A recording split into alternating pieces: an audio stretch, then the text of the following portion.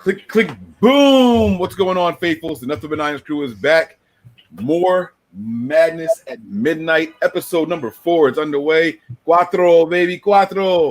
And tonight, our first question comes from Stephen Smith. No relation to the football player, right? Brian, take it away, please. In your 49ers team, who would play where in an offensive line consisting of Mike, Nick, Brian, Tony, and last but not least, Breezy? What would people call that sounds horrible. What would people call your unit? A la Legion of Boom. Just going off of this is a really bad offensive line. I think the tallest person. So I'm going to go with just knowledge base. Probably Tony is center. Mike, you're 6 foot. How tall's Nick? Like 5'8". Okay, so he's the same height as I am, but I weigh a lot more than Nick does. And then Breezy's short too, right? He's like 5'7", 5'8". Yeah, I think so. So you're gonna have to be left tackle. I'm a little wider bodied, so I'll put myself as a left guard. And then if Nick's taller, then he goes as a right tackle, and Breezy would have to be the left guard. And I will go with no. Come on, you nailed that. I'm gonna go with the Lollipop Guild. I was gonna say the lynch mob to make it cool, man. We're out there with big ass lollipops on our shoulders. We would still welcome you to Munchkin Land. Yeah, I guess we would look like that in comparison to an NFL squad, huh? All right. Vernon Freeman comes in here with something juicy. What is your worst pet peeve about your wife, and what is your favorite thing about your wife? Juicy enough, Mike? Let me just, before you answer this question, is your wife within earshot? Well, she's in another room, but it wouldn't matter. Oh, mine is sitting right here. So if you guys see any objects hurling in my direction, you know why. You want to go first here, or you want me to go? I mean, you can start if you already have them. I'd have to think of a pet peeve because there's not a lot of things that irritate me about my wife. That's probably why we've been around for 20 years. I got it. I'm ready to fire, baby. Go ahead. All right. So what annoys me the absolute most is the never mind or nothing in the conversation. I absolutely hate that. What I mean is, hey, what's wrong? Nothing. Mm-hmm. Liar. It's in your hands. It's in your head. It's in your face, your eyes. There is something. Don't tell me. I absolutely hate that. What's bothering you? Nothing. And then when I finally get over it and my concern is gone and I'm relaxing, then she wants to talk about it. Hell no. No. The moment of me caring was 20 minutes ago when I asked the first time. It's gone now. You're on your own. Don't talk to me about it. That I'm going to stop there. That's my pet peeve. You got one?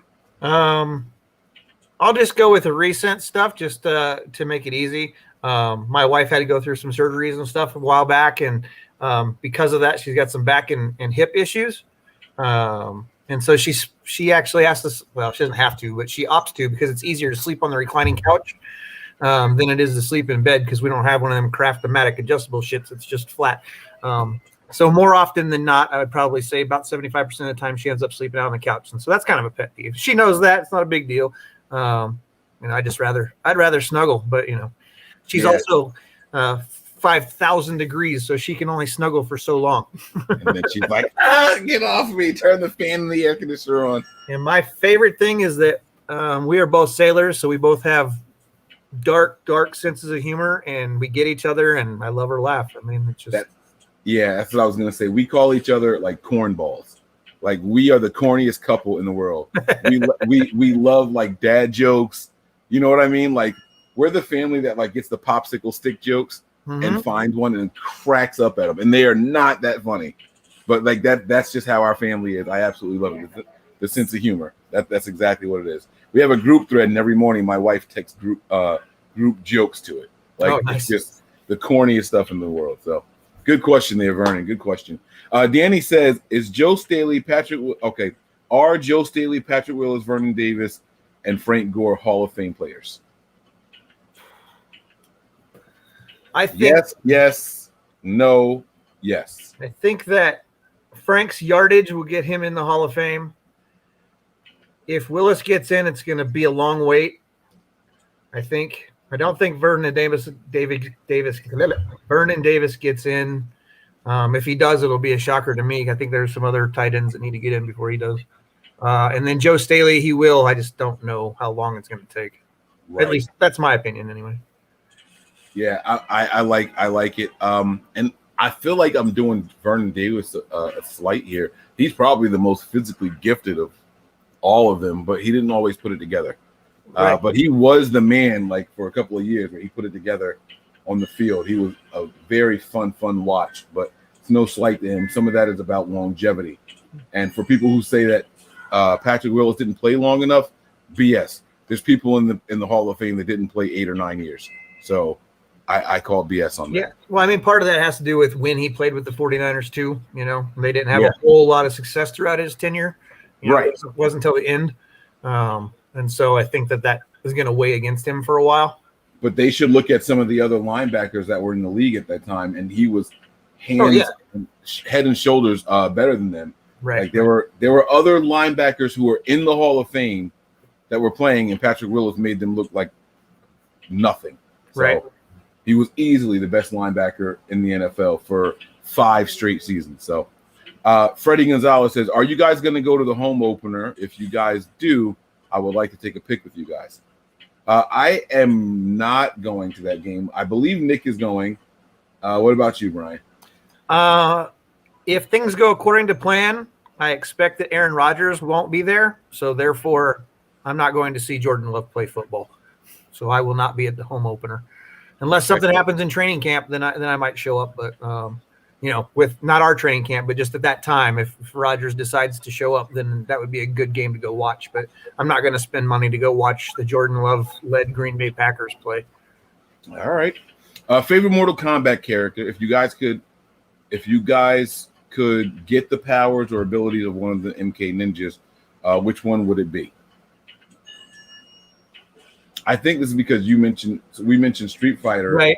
And maybe was it Tony that said he never played Street Fighter? I said he said I think he said he never.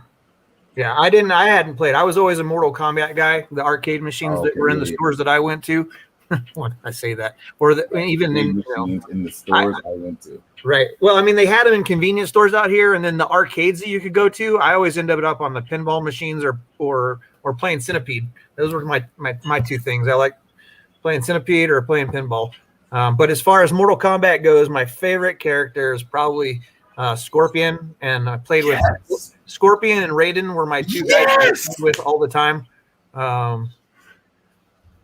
So I think Scorpion is probably the one that I would take on his powers if I could take them on. Scorpion was my number 1 guy. Raiden was my number 2 guy. But if I could take the powers from anybody, believe it or not, I would take the powers of Sub-Zero. I would love to just shut somebody up by throwing a frost ball at them. Like, just shut up. And, like, they can't say it. Bro, I love it. I love that power. Just get out of my face. Like, you're frozen. I like the whole, get over here. No, yeah. That shit was badass. That was badass. Absolutely. All right. Good question there from DJ Malone. Steven is back. Which Shanahan era running back is the most similar to Roger Craig? He's my favorite 49er ever, but as I'm 48, my memory is a little hazy. Great show. This is a tough question because I don't think any of these guys are similar to Roger Craig. Well, yeah, because he was 6 foot. He was 200 plus. I mean, he has a bigger back, you know? Yeah. I mean, Juice doesn't have the running ability that Craig has, but he has a pass catching ability and the blocking ability. Roger Craig was really, really special, man. He was really special. I think you might be able to say that while we haven't seen him yet, I think the closest that you might get physically might be Trey Sermon. I'm not mad at that. I mean, obviously we haven't seen him on the field in the 49ers in Shanahan's system yet, so we don't know how he'll be. But I would say that given his play style at Ohio State, he might be the closest. He has the potential to be the closest to Craig, I think, as far as that goes. But that's all speculation. Who was the running back in Cleveland when Shanahan was there? Yeah, I don't. No. Oh wait, he might be talking only Niners. All right, never mind. Forget it. I'm thinking Kyle Shanahan and then which overall, guy? right? Yeah. So I apologize. I think you're right. I think he's talking just 49ers. Here we go. We got it. If Jimmy G would to break out this season and win us the Super Bowl, and we end up trading him for a first-round pick next season, what position would you use the first-round pick on? Let's go Niners. Actually, okay, I like this. I like this a lot. Ooh. Okay, well then you can answer it first because I need to go look at our roster. I would go with corner. As of right now, either corner or edge. I don't think you go wrong with either one of those. I agree that you can never go wrong with edge, and we don't know what the future holds for Ford. So, I mean, that would definitely be a potential. But my other thought process is Jimmy Ward might need to be replaced soon. Mm-hmm. Just when you're looking at longevity, he's in his 30-year season, right? Or 29. Using a first-round pick on a free safety? Other teams do it. I'm looking at holes in our squad. I mean, you look at – I mean, I'm not saying that you're wrong with the cornerback, but we just drafted 2 cornerbacks with pretty good potential, so we don't know what that's going to pan out. So if I'm getting asked what I'm going to use my first round on, I'm hoping that those 2 cornerbacks pan out, and I can keep Verrett, hopefully. You know what? I'm going to change my answer. I'm going to change my answer because I realized he says that we win the Super Bowl, which means we're picking 32. I'm going to go with center. Yeah, but we wouldn't be picking 32. We'd be picking whoever we trade Garoppolo to is what he's saying. Oh, shit. You're right. All right, never mind. I'm sticking with my original answer. You're absolutely right. Good point. But I still think you end up probably – whomever that might be, I think you're looking in the 12 to 20 range probably. So a safety for me wouldn't be a bad pick there. In all honesty, if I had a first-round pick, if I was able to get a first-round pick for Jimmy, my priority would be trading back to gather more draft capital would be my first priority. Oh, shit. We were supposed to do our On Twitter Today segment. I had something for you. Oh, for me? Yeah. Oh, no. Niner Nick, we are going to get back to that question. But I have our On Twitter Today. I completely forgot about this. I forgot that's how we're supposed to start the shows. I just jumped right into the questions. I apologize about that, but here we go. You ready? Yep. I saw this really ugly avatar on Twitter, but the question was intriguing to me, and I want to get your answer. Hold on. Here it is. All right. It says, just heard on a podcast that Jimmy G has a better career and is more accomplished than Andy Dalton. I just want to tell you guys that that's simply not true. Jimmy hopes to have a career Andy did. Okay? Jimmy Garoppolo versus Andy Dalton. Well, I mean, when you're talking about in the statement specific, because words are important, it says has had a greater career. That is absolutely wrong because there's no way Jimmy hasn't had a career yet. He was a backup quarterback in New England. He came out here and he's really only played for 1 full season. So Andy Dalton's been available more than Jimmy has. Has Jimmy gotten you to a Super Bowl? He was part of a Super Bowl team, yes. Was he responsible for some wins that got them there? Yeah, I would put some of that on him, but most of that season wasn't on him. Now, Andy Dalton wasn't able to. Most of the postseason wasn't on him either. Absolutely. And now, go ahead. No, you got it. Andy Dalton, to me, hasn't had a stellar career either, but he has been in the league longer, and he's been able to play, which is better than Jimmy G has been able to do. So I hope that answers that thought process or that question. I freaking love it. Damn, you knocked that out the park.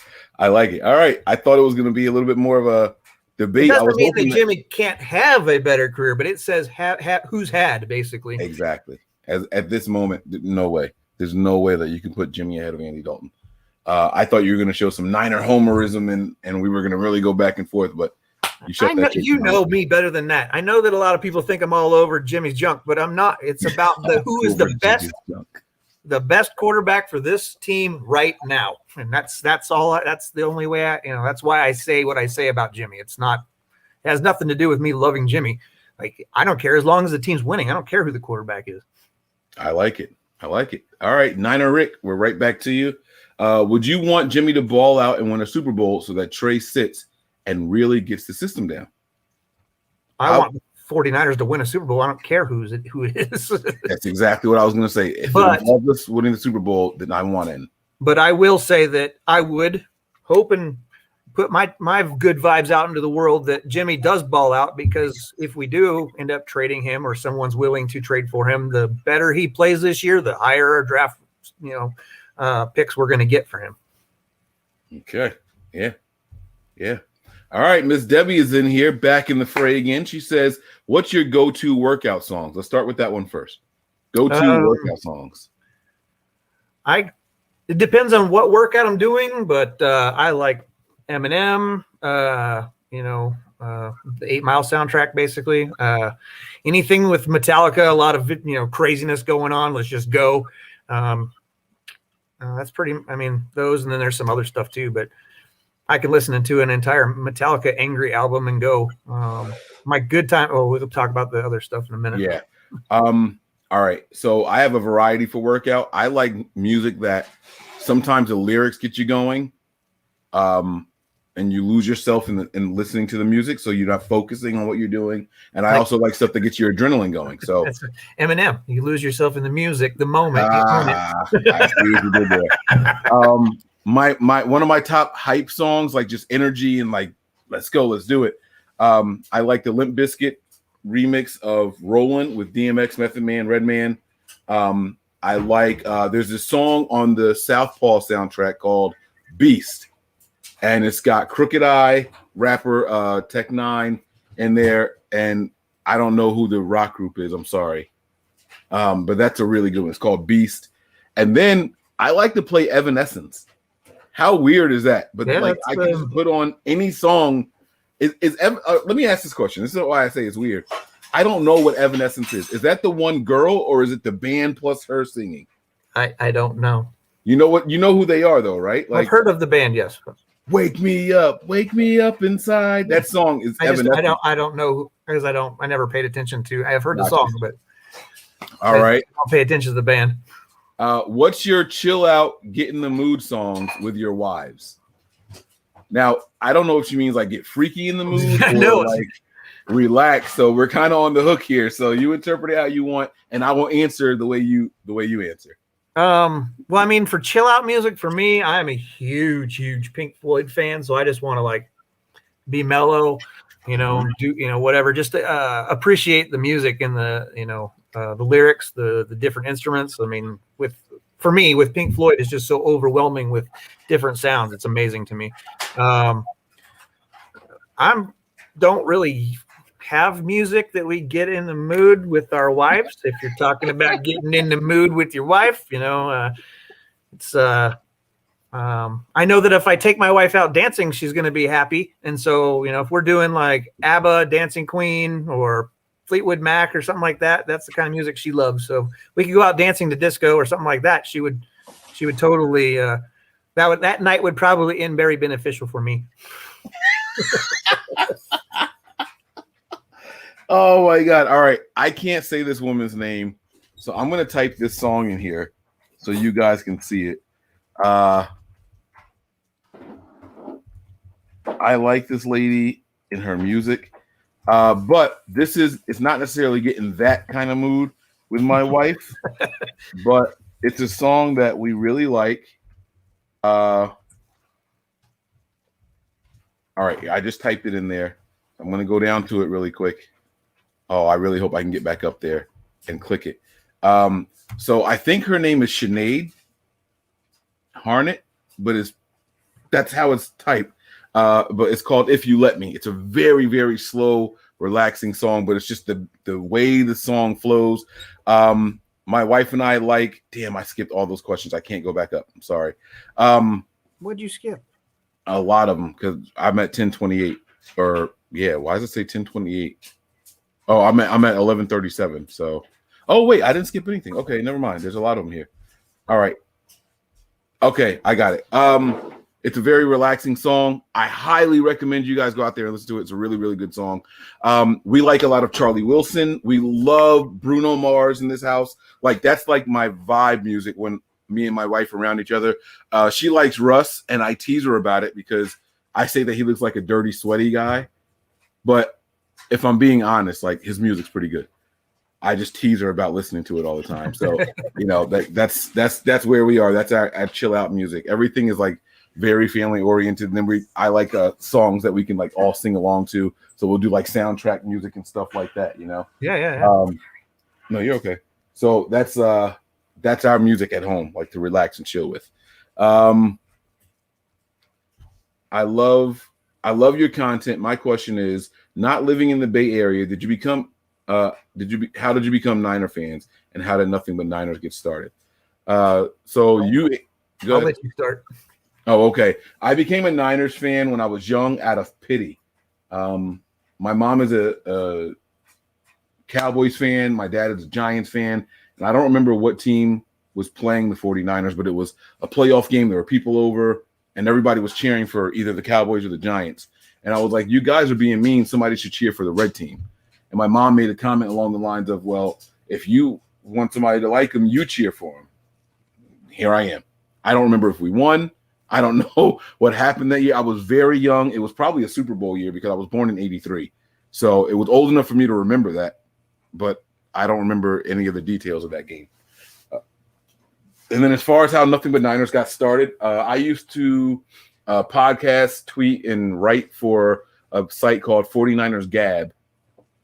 And they're still active. The podcasts aren't because I started that on my own.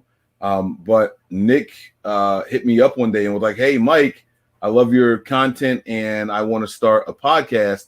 Can you help me out? And I was like, yeah, I'll happily give you pointers, tips, or whatever. And then long story short, he was like, no, I want you to join me. I don't want whatever. And I was like, oh no, I got a good thing going here. Like I like what I'm doing. No thanks. I'm not interested. And Nick just kept at it over and over and over. Finally, one day I reached out to the owner of the podcast or the brand, because the 49ers Gab is part of a big network. And I had a player that I wanted to get on, and he was like, I'm not properly licensed and I don't want to get sued. So no, you can't get the player on. So I'm sitting here like, oh, well, F this. So then Nick hit me up shortly after that. And I was like, you know what? I'm going to take it as a sign. I can't do what I want. I'm building this guy's brand for free. And now he's putting chains on me. So no, I'm out. So that's basically how it all started. All right. How'd you become a fan? So for me, it's in my blood. It's in my DNA. So long story short version, when my grandfather was in the Army, he played football for the Army, and that's part of what he did when he was during the Korean conflict. He went over to Korea, and he didn't go fight in the war. He played football for the Army, doing stuff over there. And when he came home, he actually got an offer from the 49ers to play for them. His sister said that there was a uniform involved. I have never seen any of this stuff. It's all family hearsay. But ever since then, it's been in my family. So my parents and or my mom and her brothers and sisters were all Niners fans. And then when I was born, it just came natural, and I never looked back. Okay. I like it. I like it at all. DJ Malone hits us with a two-parter here. Not to sound pessimistic, do you guys see his franchise tagging Warner as a last resort? And then the next question actually is from my wife. You should see the wrinkles in her forehead. She's like, what? All right. So I'll go first here. And Brian, I mean, you can tell me if I'm right or wrong, but the team, I don't think they literally can't afford to tag him. So I don't think that's no. I don't think you would be right. However, they would be able to tag him at the end of the season, like because they'd be rolling into next year's money. But that wouldn't be to me, it wouldn't be the right way to do it. I don't think that it's going to come to that. I think Warner will have an extension worked out it'll either be before the season or it'll be shortly after. I think that like most players, they'll shut down and they won't do any sort of talks during the season. But I anticipate that by the end of training camp that they'll probably have something hammered out or close to it anyway. Okay. Question for Melissa. Do you think Mike could pull off being Cyrax in human form for Halloween? Do you know who Cyrax is? Not at all. All right. So look at my phone. You got to pause it so you can see. He's a Mortal Kombat character with long hair. She's looking now. I want to show you guys who Cyrax is in human form. Oh, you can pull this off. You said yes, I can pull it off. Let's go. That's my baby right there. Y'all heard her. She didn't even hesitate. Man, wait till I show y'all what this dude looked like. Now that she said I could do it, I'm gonna do it. All right, here we go. I got a picture of him here. All right, this is why we're not getting all the questions. Okay, don't blame me, guys. Don't blame me. She said yes, I could pull it off. All right, so that's Cyrax in human form. All right. He even got little whiskey bottles. Oh shit! I didn't even notice that. That's a flask. Oh, I'm knocking this thing out the park. Are you kidding me? Let's go. All right, Melissa, that's enough. She knows that that's you all day. He just needs to have a cigar in his hand. Yeah, right. All right. So Miss Debbie's back on. What's the temperature where you are right now? It's 9 p.m. here in San Jose, and it's 85 degrees. And with us, let me go home. It says 71. It's perfect outside. It is absolutely perfect here. Yeah, and it's 9:27 here, and it just is the temperature is dropping with the sun, so it's 67 right now. Whoo! That I want to be. But it's going to get cold here in the altitude. It'll be down in the lower 50s tonight, if not the 40s. I shouldn't say cold. This is not cold for me, but the difference when during the daytime and it's 90, and then at nighttime it's 40. That's a huge swing. Mm-hmm. Yeah, that's significant, man. That's a big difference right there. Roy Boy says, what free agent edge rusher do you think the 49ers should sign after the Jordan Willis suspension? I personally wouldn't sign one. However, if I have to name somebody, I think Melvin Ingram is still available. He's probably the top choice for me. What do you think? I agree with both your statements. However, if they end up signing somebody, my money would be on Dion Jordan. Oh, he's still out? That's true. Yeah, and it's going to, like, if they sign somebody, it's going to be strictly for camp. I mean, Willis was already a bubble player. He may be going to the suspension and / practice squad after that, so we'll see. Yeah. All right. We're going to keep this thing moving. I think we're going to get to 30 minutes here. Would you guys agree that Grant Cohn is a grape nut addict? I don't know because I don't watch Grant Cohn. The only time I ever hear him is when he's at a press conference. We mentioned grape nuts on here one time, and I don't remember. I thought it was Breezy. I thought Wayne was all about the grape nuts. Right. Which I never understood because that's like chewing on gravel, Oh, man. So I don't know. I've never had it, but sure. Let's say Grant Cohn's like grape nuts. Never mind. Saying it out loud sounds offensive somehow. And I don't know why. So never mind. I take it back. DC or Marvel, and your favorite character and why? I was not big into comics as a kid, so I didn't really fall in love with either of these. And as a father of two boys who grew up in the Marvel world, I'd have to go with Marvel. And I think for me, Tony Stark, Mr. Iron Man, because he doesn't have special powers. He had to use his brains and his money to do what he does. He didn't get a chemical compound to mess him up or make him ultra powerful. So it's like the Batman of the DC world. Yeah, but better. I hear you. Without there's trauma from both sides, but obviously Bruce Wayne's trauma was much more significant than Iron Man's. Yeah. I feel you. I am a Marvel guy all the way. Now that's for movies. As far as animated, you have to go with DC. DC kills the animated ones. But my favorite character is Wolverine. Oh, nice. Easily my favorite. He's been my favorite character since I was a kid, and it's the attitude. It's the attitude for me. It's the don't F with me type thing, and they show a lot of him from both sides, the caring, concerning type thing. But as soon as you piss him off, he's a live wire, and I really like that about him. Now, if you're going to get into the specific movie characters, and it's only because I am a huge Paul Rudd fan, I love Ant-Man. Ant-Man was a very, very fun movie, man. I love Paul Rudd. Everything that Paul Rudd is amazing to me. I love him as an actor. You like him? Yeah, I like Paul Role Rudd. models. That's my guy from Role Models. Role Models, one of my Mhm. favorite movies. Last question here. Give me a percentage. Likelihood of Detroit winning week 1. The toilet.